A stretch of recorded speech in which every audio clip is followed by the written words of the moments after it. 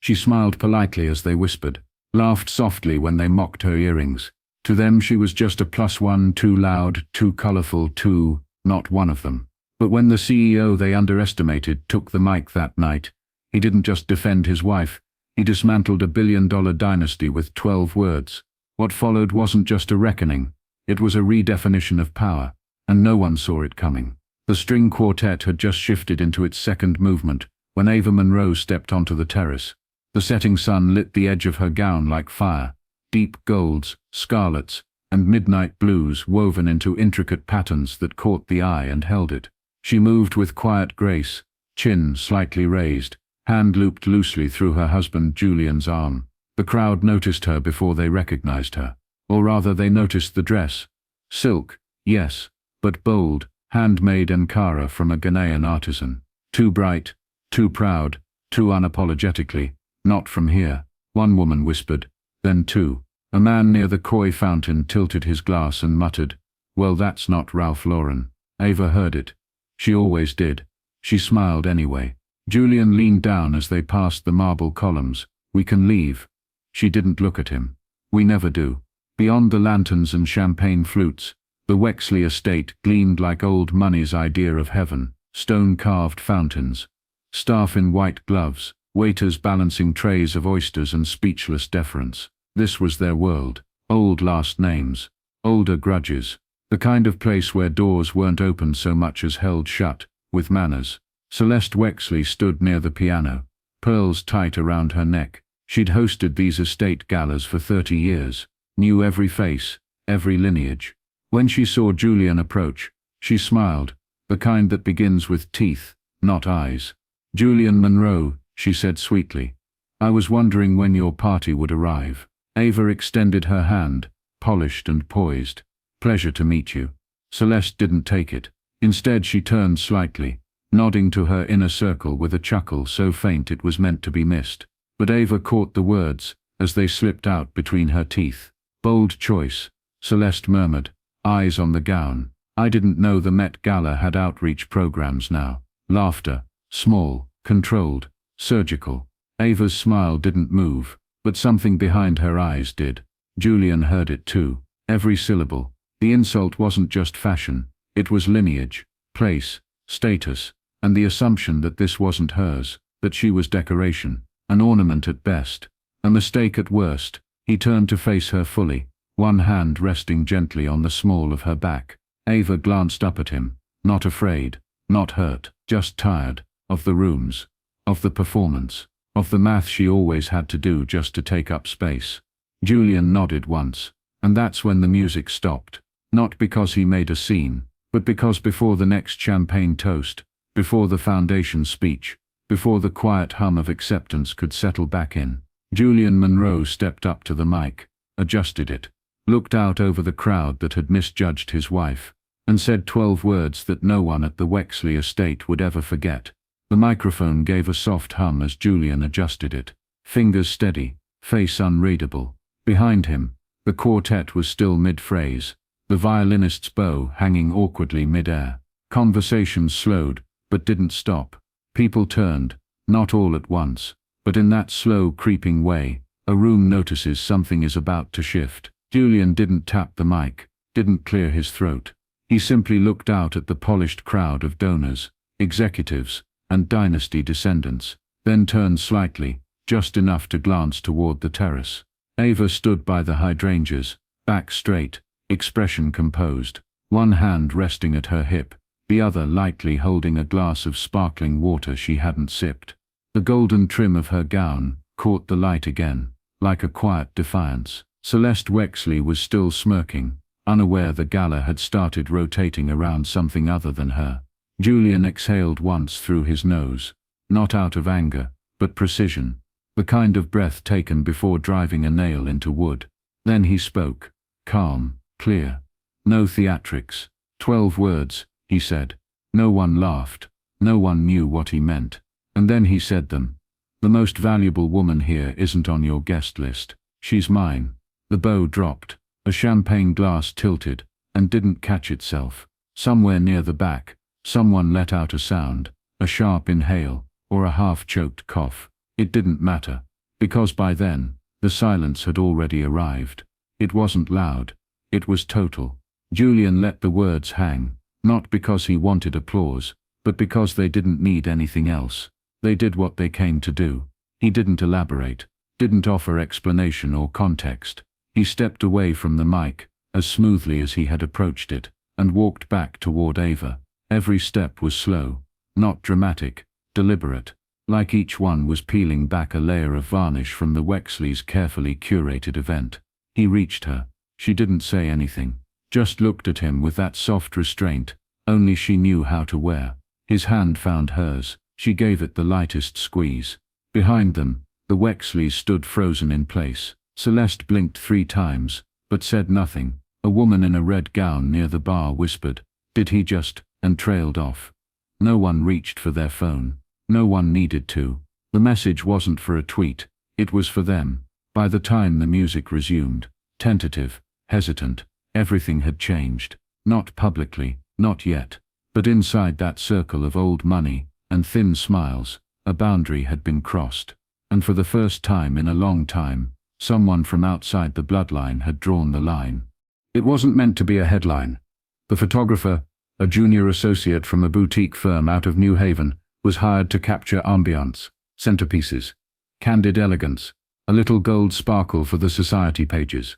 She was 23, new, and smart enough to know when not to point her lens at the host during tense moments. But as Julian walked back to Ava, the air charged and thin, she raised her camera without thinking. No flash. Just instinct. Her finger clicked once. In the frame, Ava Monroe, still in that bold, brilliant gown, head held high. Julian beside her, hand in hers, not smiling, not angry either, just anchored, like someone who knew exactly what he'd said, and exactly why he'd said it. There was a white column behind them, a wisp of candlelight cutting across Julian's jaw, and Ava's earrings catching the faintest glint of the chandelier. In a room full of people dressed to be seen, they looked like the only 2 who weren't performing. It wasn't posted immediately, not during the event. The intern, whose job was to sort and edit proofs, uploaded it to a private portfolio later that night, but one folder ended up in the wrong Slack channel, and one of her co-workers, scrolling from a commuter train, didn't know what they were looking at, only that it looked like something. The first post went up at 11:12 p.m. No caption, just the image. A quote tweet followed minutes later. "Who is this couple, and where can I vote for them?" By morning it was everywhere. Twitter, Instagram, LinkedIn, headlines formed like brushfire. CEO defends wife with one line, shakes up elite gala. Ava Monroe, the gown, the moment, the message. Respect looks like this. The comments poured in. This picture says more than 1,000 think pieces. She stood still. He stood with. Julian Monroe just gave a masterclass in quiet power. Not everyone approved, of course. Some called it performative. Others asked if it was a PR stunt. A few tried to deflect. Wasn't it just a misunderstanding? Aren't we being too sensitive? But by then it didn't matter. The photo wasn't just an image. It was a statement, and more importantly, it was undeniable. No press release could dilute it. No carefully worded apology could erase it. No one could zoom out far enough to crop out the truth.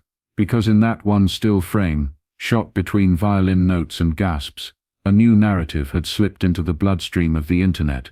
You don't have to shout to change the room. You just have to stand. The study doors closed with a soft click, but the tension was loud. Heavy drapes muted the late morning sun. Crystal decanters sat untouched. A fire flickered in the hearth, not for warmth, but to maintain the image of tradition. Celeste Wexley sat at the head of the table, her posture perfect, a silk scarf knotted at her throat like a warning label. Across from her sat Everett, her husband, grey-templed, unreadable, thumbing through a printout of the headlines. He hadn't said much. He didn't need to. Their eldest, Malcolm, paced slowly along the far bookshelf, arms crossed, jaw tight. "Disrespect," Celeste said finally, the word brittle. "At our event, with our guests, in our home." No one disagreed. What infuriated them wasn't just what Julian had said. It was that he had said it. Publicly. Clearly. Without apology. There had been no subtlety. No game of winks and layered etiquette. He had taken the mic and drawn a line in permanent ink. "They've made it political," Malcolm muttered, stopping to glare at the printout. "Symbol of defiance. Red definition of dignity. What are we? A satire?" "No," Celeste replied. "We're a family being rewritten, and I won't have it." The room fell still. Preserving the family's legacy, that was the phrase she kept using, but everyone knew what it really meant. Preserving control, protecting the illusion that they were untouchable, that the velvet rope was still theirs to hold. Everett finally spoke. "They'll expect a statement." "Let them expect," Celeste snapped. "I don't reward rudeness." Malcolm sighed, pinching the bridge of his nose. "You insulted the man's wife, mother, in front of donors. What did you think he was going to do?" "I thought he'd remember who invited him," she said coldly. "I thought he'd remember his place." Malcolm flinched at that, but said nothing. They weren't worried about Julian's money. He had his own. What shook them was the platform, the attention, the speed at which the narrative had flipped. In 24 hours, the Monroes had become the voice of integrity, and the Wexleys, a warning label. Celeste looked around the room, eyes sharp and calculating. "We'll remind them," she said slowly, "who we are, what we built, that they needed us, not the other way around." "How?" Everett asked, his voice low. "We start quietly. Boardrooms, partnerships, reputation nudges. We'll suggest Monroe's too volatile, too eager to perform, that his wife's visibility is a liability." "That's thin," Malcolm muttered. "It's effective," Celeste said. "In the Wexley world, retaliation never looked like war. It looked like wine poured too slowly, invitations that never arrived, a call placed to the right person, at the right time, asking the wrong question. They wouldn't yell, they'd erase, or try to, because old money doesn't bark. It bites cleanly, quietly, and where it hurts most." It started with a florist. She didn't post a takedown. No hashtags, no outrage. Just a quiet story tucked into the comment section of a viral thread. She wrote about a spring gala at the Wexley estate. 12 centerpieces, hand-delivered. How Celeste sent them back twice for being too fragrant. How her assistant muttered an apology. Not to her, but for her. "Funny," the florist wrote. "I remember thinking the flowers weren't the thing making the room stink." By noon, the comment had over 4,000 likes. By the next day it wasn't just florists. It was housekeepers, former tutors, catering staff, silent partners, nannies, accountants, people who'd once passed through the Wexley's orbit, all sharing variations of the same story. Unacknowledged labor, condescending jokes, glass smiles followed by locked doors. No one coordinated it. It wasn't a campaign, it was a release. The thread that held the illusion together had snapped, and now the stitching was unraveling in public. Ava's name started showing up in unexpected places, not as a punchline, not as a subject, but as a signal. Designers referenced her as inspiration.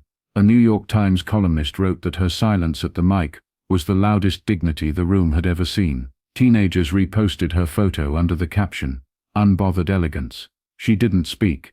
She didn't need to, because this wasn't about her fashion anymore, or her place at a party. It was about what her presence had allowed. Someone finally walked into that world and didn't shrink to fit it, and others, who had shrunk for years, noticed. A private school teacher posted about a charity luncheon, where Celeste Wexley made a joke about scholarships being fashionably black this year. A retired chauffeur recalled being asked to wear white gloves to look less immigrant.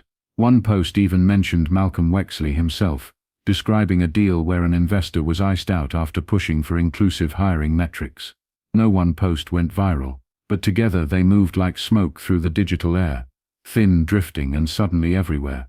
The Wexleys tried to ignore it at first. Then they tried to dismiss it. A culture of excellence, one PR consultant called it. Strict standards misunderstood. But the public had stopped listening. They were watching Ava, and seeing something they hadn't realized they were waiting for.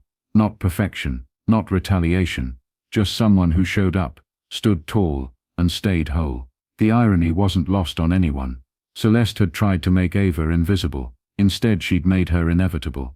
The boardroom was too quiet, not the calm kind. The loaded kind.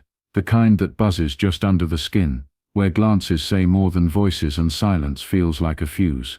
Julian sat at the head of the table, shoulders square, tie loosened but precise. His coffee sat untouched. Across from him, Anthony Meeks, CFO since year 3, flipped through the morning's printouts like they'd personally offended him. "I'm going to be blunt," Meeks said, setting the folder down. "We've got partners calling, investors nervous. One of them just pulled out of the Series D bridge round." Julian didn't flinch. Beside Meeks, Shilpa Rana, head of strategy, leaned forward. "We're not questioning the sentiment, Julian, just the strategy. You've made us a symbol, that's powerful, but it's also expensive." Julian glanced around the table. These weren't outsiders. These were the people who'd helped build Monroe Innovations from a rented basement with 2 laptops and a broken air conditioner. They weren't disloyal. They were scared. Meeks pressed again. "Look, maybe you issue a statement. Something measured, not an apology. Just acknowledgement. Reassure the market. Make peace," someone muttered. That's when Julian leaned back. He didn't raise his voice. He never did. "What is our company built on?" he asked. Meeks opened his mouth, then paused. Julian scanned the room. One by one, familiar faces, tired ones. "I mean it," he said. "What did we build this on, profits or principles?" The silence wasn't immediate. It crept in like cold. "We've always said both," Shilpa offered. Julian nodded. "Right. But what happens when they stop playing nice together?" No one answered. "You think this is the first time someone will test what we stand for?" he continued. "It won't be the last. So if we fold now, if we bend because the temperature got uncomfortable, what are we telling every person who believed us when we said we were different?" Meeks rubbed his forehead. "Julian, I get it. I do. But there are consequences. This might cost us real ground." Julian's voice dropped. "And how much ground are we supposed to give up to stay invited to rooms that were never built for us in the first place?" That landed hard. Someone at the far end coughed. Someone else reached for water just to keep their hands busy. Finally, Shilpa looked up. "So what do we tell the investors?" Julian leaned forward. "Tell them we're not selling our spine for scalability. Tell them we're still the same company that promised not just to grow fast, but to grow right. And if that scares them, maybe they weren't our future." He stood, straightened his jacket. Meeting over, and no one said a word as he walked out. The bell above the studio door chimed softly. Ava stepped in, letting the quiet wrap around her. The city noise dimmed as the scent of lavender and fresh cotton settled in her lungs. The space was small. Bare wooden floors, bolts of fabric stacked like silent sentries, a single sewing machine humming in the back. The walls held no signs, just framed photos of smiling clients and sketches pinned with careful hands. Kojoa looked up from her work table, glasses perched low, a tape measure, draped like a scarf around her neck. She didn't smile, not yet, just nodded once, as if she'd been expecting her. "I didn't come for fittings," Ava said softly, running her fingers over a roll of indigo wax print. "Just needed to sit somewhere real." Kojoa gestured to the armchair by the window. "Then sit. Real is all we make here." Ava lowered herself into the chair, letting the silence hold for a beat. She said I looked like I got lost on my way to a museum exhibit. Ava murmured after a while, not looking up, and the room laughed, not loudly, just enough. Kojoa didn't respond right away. She moved slowly, folding fabric with precise care. Then quietly, "You looked like fire, my dear.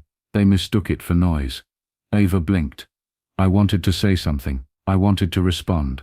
"Why didn't you?" Ava exhaled through her nose. "Because I've spent years learning when silence protects more than words.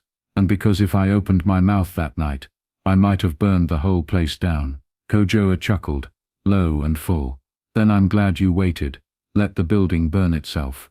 Ava smiled, but it faded quickly. "People are calling me brave, like I planned it, like I'm some kind of protest in heels." "You wore the truth," Kojoa said, finally turning to face her. "Not because you wanted to prove something, but because that's who you are. That scares people who've only ever worn permission." They sat in the quiet again. Outside, the city moved on. Inside, time bent inward, stitched into the soft creak of the chair, the rustle of fabric, the steady weight of being seen without performance. "You made that dress with your hands," Ava said, "and it changed something. Did you know that?" Kojoa shook her head gently. "No, I just made a dress. You were the change." Ava stood, stepping toward her.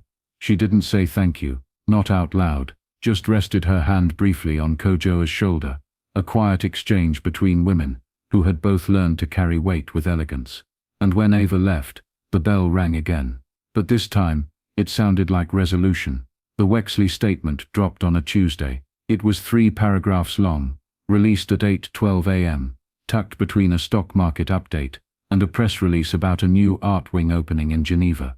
No names were mentioned, no apologies offered, just the word miscommunication, printed twice, and the phrase shared values, stretched like gauze over a wound no one had treated. The Wexley family regrets any misunderstanding that may have occurred during our recent charitable event. We remain committed to fostering environments of mutual respect and inclusion, and we look forward to continuing important conversations in the days ahead. That was it. No mention of Ava, no acknowledgement of what had been said or heard, just vague platitudes, and a quiet hope that time would do what accountability wouldn't. It was a press release built by lawyers, polished by consultants, and dead on arrival. Julian didn't respond with statements. He responded with action. That Friday, a new web page appeared on the Monroe Innovations site. No fanfare, no countdown, no press embargo, just a single banner. The Ava Fund, for the makers who shape us. The mission was simple: 5 annual scholarships, full tuition, materials included, reserved for young designers, seamstresses, pattern makers, and tailors from underrepresented backgrounds. No application fee, no video essay, just portfolio, passion, and promise. Julian posted one sentence to his social feed: "The people who clothe our world deserve to be seen in it." It was Ava who named the first recipient. She chose a girl from New Orleans who'd been sewing since age 10, and made dresses from curtain scraps after school.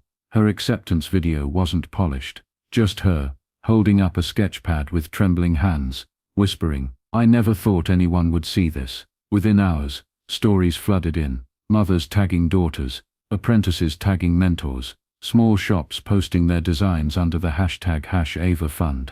Not viral in the trendy way, viral in the real way, the slow, steady kind that grows roots while no one's watching.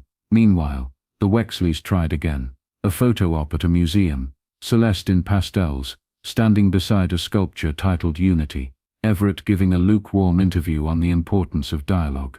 But it didn't land, because when you offer a bandage without admitting to the wound, people remember. And Ava, she never mentioned the statement. She just shared a photo of her new scholarship recipient, holding a dress stitched from blue muslin and sunlight. No caption, just the image, because some responses don't need defense.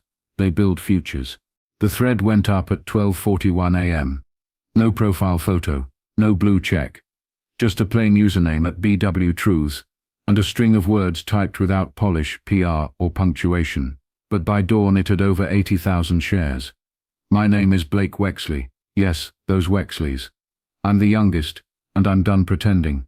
The post was raw, unfiltered, no captions, no clever phrasing, just truth, dropped like bricks. He talked about dinners where the staff wasn't allowed to look guests in the eye, about boardroom deals that began with jokes no one should have laughed at, about how Celeste used diversity as a buzzword, then made sure the gala photographers didn't linger too long on certain faces. "You think it was one comment at a party?" he wrote. "Try growing up in a house where power meant never saying sorry, where dignity only mattered if it was wearing a brooch." It wasn't just a confession, it was a dismantling. He posted photos, not private ones, public ones, captioned gala shots, company newsletters, party invitations. But this time, he added context. What was said before the flash? Who was cropped out? What was erased to make the image shine? And then he wrote, "Ava Monroe didn't ruin our reputation. She revealed it. All she did was walk in like she belonged. And we showed everyone who we really are." The final post was simple. "I'm sorry. Not because I was taught to be, but because I wasn't. And I'm trying to learn now, late as it is." No signature, no links. Just silence after that.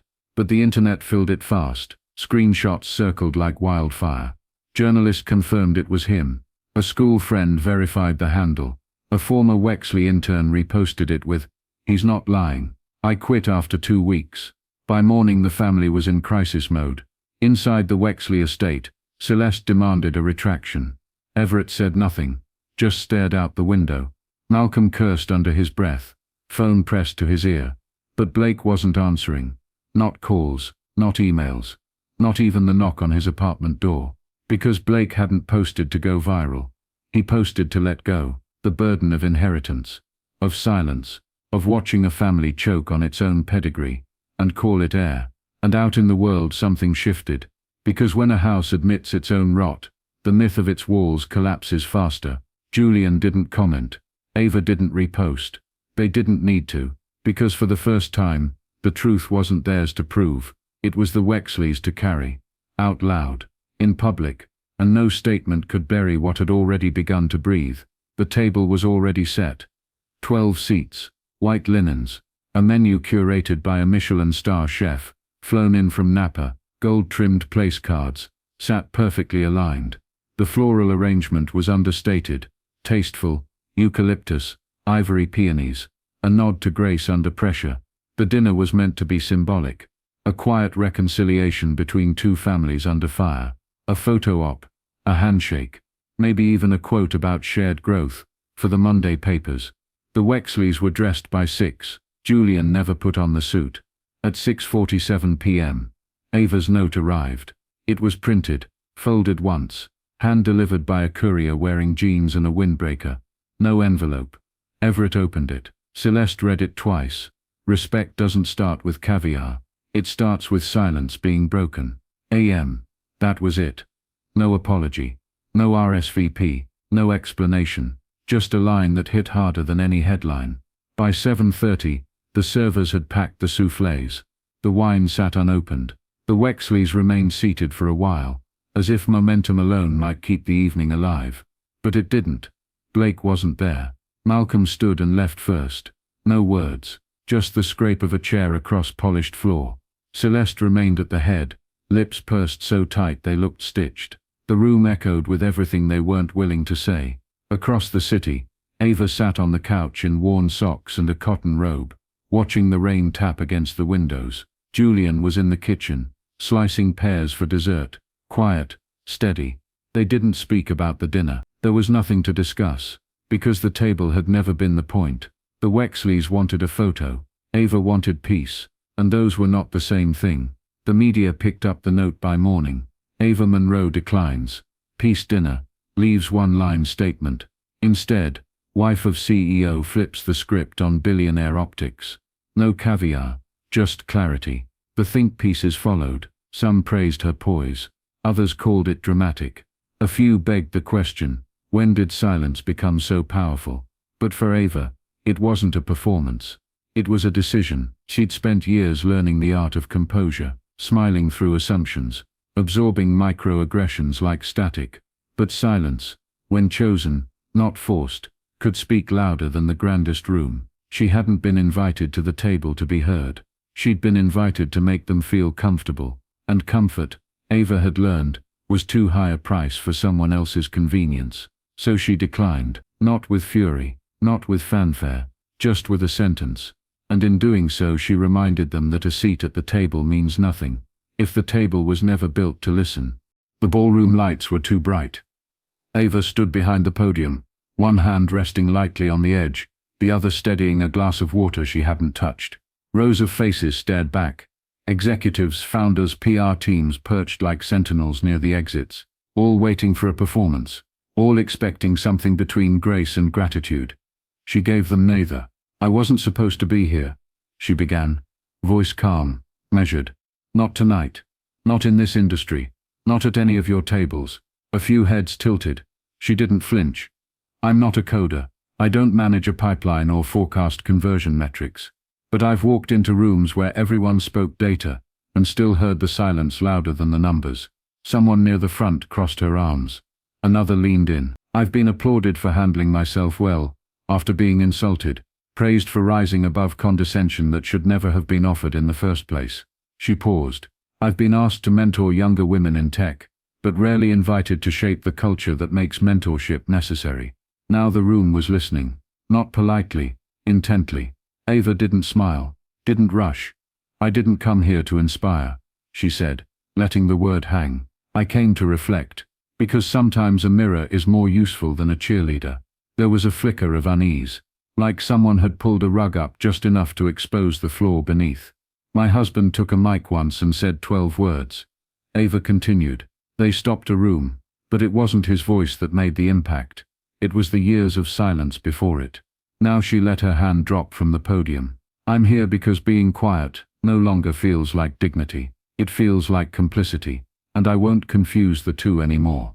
When she stepped back, there was no thunderous applause, just the kind of stillness that sinks in when something true has been said.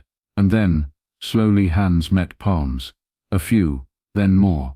Not explosive, not performative, but steady, like change warming its voice. Afterward, execs didn't rush the stage. They sent texts to their chiefs of staff. They looked at each other sideways in hotel elevators. Ava slipped out before the photos started, walked down the back stairs, heels in hand, breathing for the first time in hours. She wasn't trying to be a symbol. She was tired of rooms where the ceiling was invisible, but always there. And that night, without shouting, without branding, without even raising her voice, she cracked it. There was no press release, no midnight tweet, no logo reveal, just a quiet update to a public registry, and a ripple that hit the market like cold water. Julian and Ava Monroe had sold their remaining shares in Cinderpoint, a rising logistics tech darling once chaired by Nolan Wexley, nephew of Everett, and heir to the more palatable side of the empire. The exit wasn't loud, but the silence around it was intentional. It wasn't about money, they'd already made theirs. It was about alignment. Cinderpoint had stayed quiet during the fallout. No statement, no solidarity, just lukewarm nods in back channels and an internal memo about focusing on core values. Julian didn't push. Ava didn't ask, but they both remembered. Nolan had shaken Julian's hand at a conference 3 years ago, grinning wide. "We want to be the future," he'd said, "and we want you with us." Julian had believed him. Then Ava walked into a gala and reminded them what the future actually looked like. And suddenly, no one returned calls quite the same. So they stepped away, fully. The sale hit investor threads before breakfast. Analysts scrambled to make sense of it. Was it strategic? Was it personal? Was something wrong? And then came the second wave. A trademark filing. Monroe Atlas. A new firm. No tagline yet.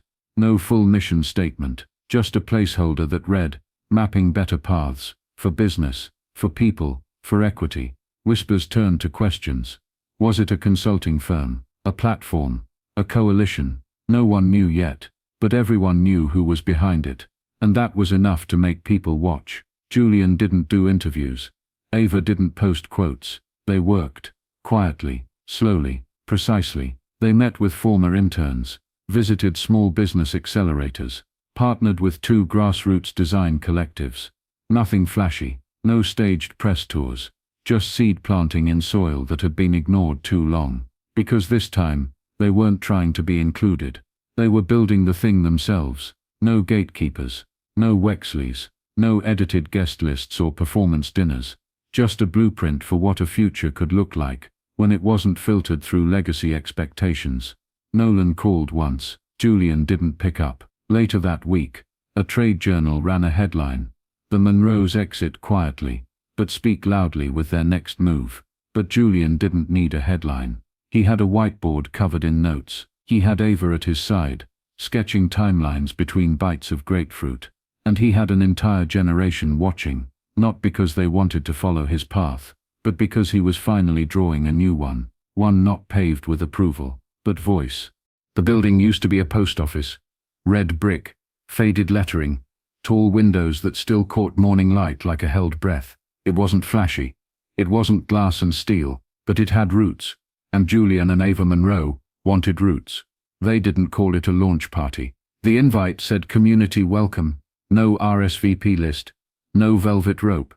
Just a sidewalk chalkboard, with the words, "If you've ever been overlooked, this door is for you." By noon, the parking lot was full. Not with black cars and lanyards, but with food trucks, folding chairs, face painters, and a DJ who knew when to drop a Nina Simone track between the crowd pleasers. Inside, the walls held no portraits, just framed letters from interns. Notes from small vendors who got paid on time. A mural painted by a local high school art class stretched across the lobby, hands of every shade, each holding a compass. Ava walked through slowly, in sneakers and a linen blouse. Not performing, just present. She stopped to adjust a toddler's bow tie, laughed with a warehouse manager's wife about plantains, hugged the security guard, who once worked double shifts during the startup days. Julian stood by the coffee urn, refilling cups. No cameras, just questions. He answered every one, about expansion, about partnerships, about what comes next. At 3:15 p.m., someone handed Ava a mic. She didn't expect it, didn't plan a speech, but she stepped up. "There's no stage here," she said, nodding to the flat patch of carpet beneath her. "That's on purpose." A few chuckles, a few nods. "We didn't build this place to look powerful. We built it to feel honest." She looked around, at the teenagers in Monroe Atlas t-shirts, the retired seamstress who'd just donated a sewing machine to the workshop room, the janitor from the old office who now ran his own cleaning service and had a booth in the vendor hall. "When we say every voice matters," Ava said, "we don't mean we'll let you speak. We mean we'll make sure the room is quiet enough to hear you." There was no applause, just stillness. The kind that happens when people recognize the moment they're standing in might actually mean something. Later, Julian joined her at the folding table under the striped canopy. They shared lemonade and watched kids chase bubbles across the lawn. This wasn't a celebration of success, it was a resetting of terms. No headliner, no CEO pedestal, just a message, clear as the open doors behind them. You don't need a title to be heard here, just a truth worth telling. The living room was quieter now. The house had settled into the kind of calm that only comes with time. Scuffed floors buffed soft by bare feet, sunlight sliding through linen curtains, the scent of jasmine tea clinging to the air. Julian sat in his favorite chair, glasses low on his nose, a legal pad in his lap he hadn't touched in 20 minutes. Across the room, their daughter stood near the fireplace, clutching a printed sheet of paper. She cleared her throat. "It's for history class," she said, trying to sound bored. "We had to pick a public speech that changed something." Ava looked up from the kitchen archway, eyebrow raised. Julian didn't say anything. He just smiled, the kind that curls slow in the corners, like memory coming home. Their daughter began reading. "I didn't come here to inspire. I came to reflect, because sometimes a mirror is more useful than a cheerleader." Ava leaned against the counter, arms crossed, the same bold Ankara scarf wrapped around her head. She wore it like a crown, always had. The words floated through the room, steady, familiar, but hearing them now, from a teenager in socks with chipped nail polish, felt different. Julian wasn't thinking about the conference, or the headlines, or the articles that followed. He was thinking about the night before the speech, when Ava sat on their bed, legs folded, staring at the ceiling and whispering, "What if I say too much?" And how he'd replied, "Then it needed to be said." Their daughter reached the end, "And I won't confuse silence with dignity anymore." She lowered the paper slowly. "My teacher said it was the speech that redefined respect in corporate America," she added, almost as an afterthought. "She asked if I picked it because it's famous." Julian looked up. "Did you?" "No," she shrugged. "I picked it because I didn't know Mom used to be afraid." Ava walked in then, slow and soft, placing her hand on her daughter's back. "I wasn't afraid," she said gently. "I was tired of waiting for permission." Their daughter nodded, eyes down, but her posture had changed, shoulders back, chin a little higher. Julian looked at them both, heart full in the quiet way only fathers know. The kind of full that doesn't need fireworks or trophies, just a moment like this. Later, as Ava washed dishes, and Julian refilled the tea kettle, he touched her arm. "She chose you," he said. Ava smiled without looking up. She chose herself.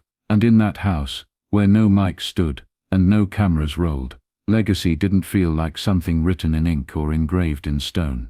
It felt like a daughter reading her mother's words, and recognizing her own voice in them. If this story moved you, share it. Not for likes, not for clout, but because someone out there is still being asked to shrink to fit a room they were born to redesign. Note, tag a friend who walks in truth. Comment what respect means to you. And if you've ever been overlooked, this space is for you.